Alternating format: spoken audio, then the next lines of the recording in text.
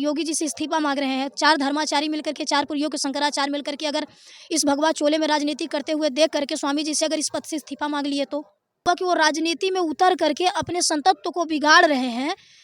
क्योंकि स्वामी जी जिनके पक्ष में यह बात कह रहे हैं, उन्होंने स्वामी जी का जो हाल किया था 2013 में, तो कहीं न कहीं हमें लगता है सारी जनता उस बात से वाकिफ़ है।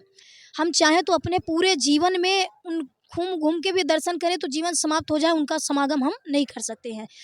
इस चोले को पहन करके धर्म की आड़ में राजनीति खेली जाएगी तो फिर इस्तीफा अगर योगी जी से मांगा जा सकता है तो कहीं न कहीं स्वामी जी से भी मांगा जा सकता है, शंकराचार्य जी के पद से।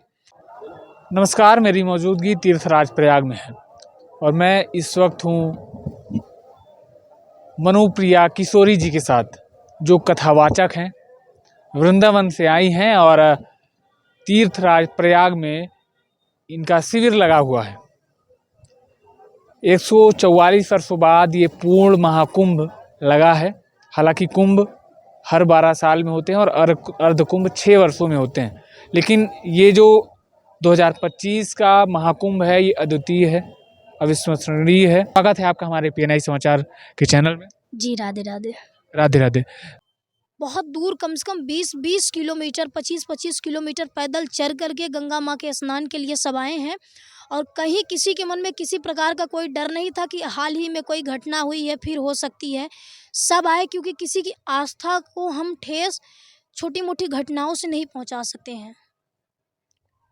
तो जिस प्रकार से कहा जा रहा है कि विपक्ष का कहना है कि सरकार का वो सुविधा नहीं दे पाई श्रद्धालुओं को, वो मुस्तैदी से लॉ एंड ऑर्डर को मेंटेन नहीं कर पाई, जिससे ये नाकामी रही। कहीं न कहीं इसका ठीकरा सूबे के मुखिया योगी आदित्यनाथ पे जाता है। देखिए, ऐसा है कि अगर हम इस विषय पे बोलेंगे तो हो सकता है बड़ी ट्रोलिंग आए, लेकिन फिर भी 2013 में किसकी सरकार थी कि स्टेशन पे महाकुंभ में ही हादसा हुआ था। तो मैंने कहा ना कि संख्या अधिक है, व्यवस्था हमको ही बनाना है, तो अब चाहे सरकार की टांग खींची जाए या फिर खींचने वाले भी अपने ही हैं और आंख बंद कर लेने से रात्रि नहीं हो जाती है। कहीं ना कहीं वो खुद भी इस घटना के शिकार हुए हैं। कहने के लिए कोई किसी की जुबान तो हम बंद नहीं कर सकते, वो अपने हिसाब से ही कहेंगे।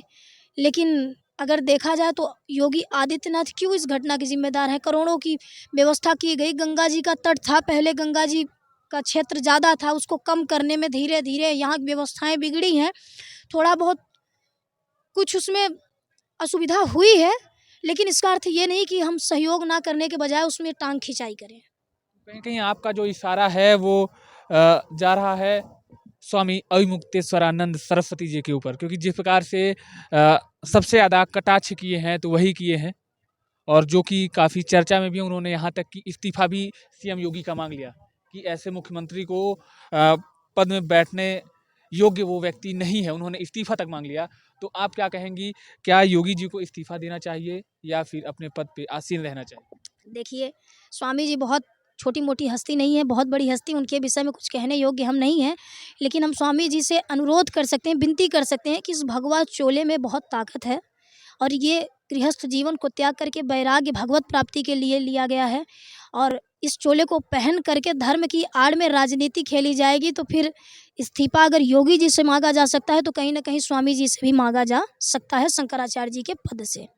तो इस बात की गरिमा को बनाए रखने के लिए उनको भक्ति मार्ग पे ही प्रेरित रखा जाए। कहीं न कहीं मार्ग से वो भटके हुए नज़र आ रहे हैं, ऐसा अगर कहा जाए? बिल्कुल, भटके हुए नज़र ही आ रहे हैं, क्योंकि स्वामी जी जिनके पक्ष में ये बात कह रहे हैं, उन्होंने स्वामी जी का जो हाल किया था 2013 में, तो कहीं न कहीं हमें लगता है सारी जनता उस बात से वाकिफ़ है। तो उसके बाद भी स्वामी जी को पता नहीं क्या सूझ रही कि हाँ ठीक है, सरकार से जो भी गलतियाँ हुई, गलतियाँ सबसे होती हैं, उससे भी हुई तो स्वामी जी योगी जी से इस्तीफा मांग रहे हैं। 4 धर्माचारी मिलकर के, 4 पुरियों के शंकराचार्य मिलकर के अगर इस भगवा चोले में राजनीति करते हुए देख करके स्वामी जी से अगर इस पद से इस्तीफा मांग लिए तो अखाड़ों से भी आवाज़ उठी और उन्होंने भी स्वामी जी के जो शंकराचार्य बने हैं उसकी भी उन्होंने वसीयत मांग ली है। इसको लेकर के विवाद हो रहा है। उन्होंने कहा है कि अपने से आसीन हो गए हैं। अभी ये मामला तो कोर्ट में चल रहा है। क्या है कि शंकराचार्य जी स्वामी जी का बहुत बड़ा उन्होंने बहुत बड़ी सिद्धि प्राप्त की है, अच्छे संत हैं, भगवत मार्ग को प्राप्त करने वाले संत हैं। उसके बाद भी पता नहीं ऐसा क्या हुआ कि वो राजनीति में उतर करके अपने संतत्व को बिगाड़ रहे हैं। कहीं न कहीं स्वामी जी को भी अब लग रहा होगा कि हमने जो कहा वो गलत कहा, हमने जो किया वो गलत किया। समय रहते अगर वो सुधार करते हैं तो ठीक है, नहीं करते हैं तो फिर जो प्रभु की इच्छा होगी वही होगा। कहीं न कहीं इस कुंभ को, ये जो कुंभ लगा है, सूबे के मुखिया योगी आदित्यनाथ हर हफ्ते अगर देखा जाए तो कुंभ दौरे पर रहे। कुंभ जब शुरू हुआ उसके पहले, और कुंभ शुरू होने के पहले, और अभी तक वो हर हफ्ते कुंभ में ही आ रहे हैं। तो कहीं न कहीं उनकी ये व्यवस्था कैसी लगी आपको? और ऐसा कुंभ पहले भी आपने कभी देखा कि पहला ही? जी बिल्कुल, ये पहला ही, क्योंकि मेरे जीवन का तो ये पहला ही कुंभ है। 2013 में तो हम बहुत बाल्यावस्था में थे और जिसमें हम जानने योग्य हुए, तो मेरे जीवन का तो ये पहला ही कुंभ है। तो सुनने में आता है कि 2013 में भी घटनाएँ हुई थी, उस समय तो बाबा की सरकार नहीं थी। तो कुंभ को टारगेट में लिया जाए, बाबा को टारगेट ना लिया जाए, लेकिन अब उनके लिए हम भगवान से प्रार्थना ही कर सकते हैं और तो कुछ कर नहीं सकते हैं। तो जल्द यहाँ की व्यवस्था कैसी रही आपको? कैसी लगी यहाँ की कुंभ की व्यवस्था? हमें तो बहुत अच्छी लगी। हमारे यहाँ आए जितने भी भक्तगण, बड़े-बड़े कथा व्यास भी हमारे यहाँ आए थे।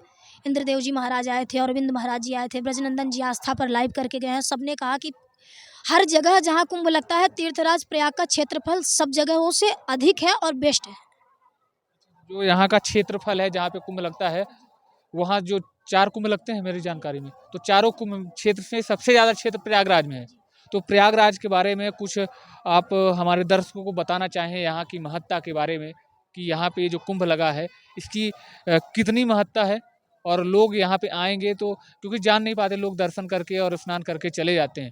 लोगों को वो ज्ञान नहीं होता है कि इस कुंभ में क्या लाभ है और यहाँ पे क्या संयोग बन रहा है। देखिए, यहाँ तो संयोगों की गिनती नहीं कराई जा सकती है, क्योंकि ये तीर्थराज प्रयाग अब वो धरा हो गया है। 1 महीने कल्पवास का जो समय चलता है, 144 साल बाद तो योग आया हुआ है, 12 वर्ष में महाकुंभ लगा हुआ है। उसके बाद भी भारतवर्ष के जितने भी बड़े-बड़े संतगण हैं, हम चाहें तो अपने पूरे जीवन में उन घूम-घूम के भी दर्शन करें तो जीवन समाप्त हो जाए, उनका समागम हम नहीं कर सकते हैं। लेकिन इस प्रयागराज की भूमि पर एक साथ सबके सानिध्य में बैठ कर के कथा का श्रवण, सबका दर्शन का लाभ प्राप्त हुआ है, जो कि इस जीवन में एक आम व्यक्ति के लिए संभव नहीं है। इस प्रयागराज की धरा पर जो आए हैं, इस बार तो आनंद क्या, परमानंद ही यहीं पर थे। और ये तो हमारे यहाँ तीर्थराज प्रयाग में तो कुंभ लगे या ना लगे, हर वर्ष माघ मास आता है तो सभी संतों का आगमन होता है। लेकिन क्योंकि ये महाकुंभ है, 44 साल बाद योग आया है, तो दिग्गज बड़े-बड़े संतगण भी आए हैं। भगवत भक्ति को प्राप्त करने वाले नागा साधु भी आए हैं, सभी लोग आए हुए हैं, कई अखाड़े लगे हुए हैं।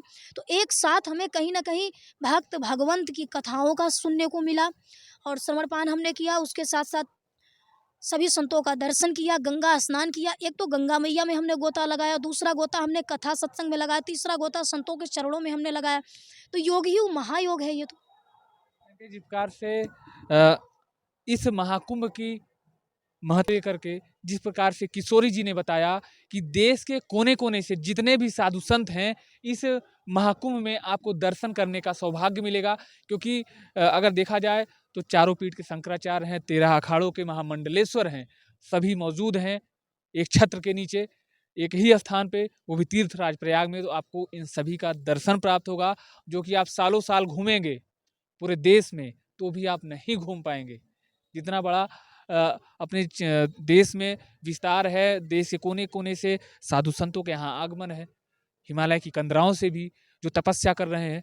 हालाँकि आपको बता दें कि जिस प्रकार से अपने देश में 4 स्थानों पे सबसे ज़्यादा तपस्या की जाती है, बिहार, झारखंड, राजस्थान और हिमाचल प्रदेश। इन जगहों पे सबसे ज़्यादा तपस्या होती है। क्या मैं सही हूँ?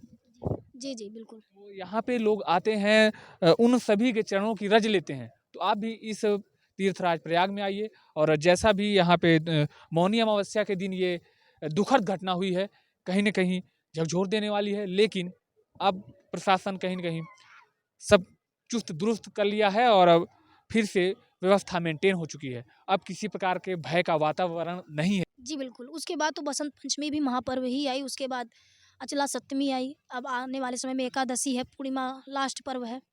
तो अब गंगा माँ ने चाहा तो ऐसी कोई घटना नहीं होगी, क्योंकि जनता भी सतर्क हो गई है।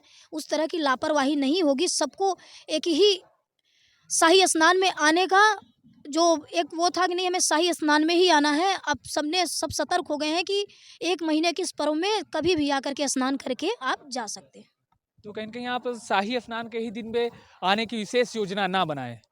जैसा कि किशोरी जी का कहना है, आप अन्य दिन भी आ सकते हैं। ये 26 फरवरी तक यहाँ पे कुंभ लगा है, आप आ सकते हैं। हालाँकि आगे के अपडेट के लिए बने रहिएगा पीएनआई समाचार के साथ।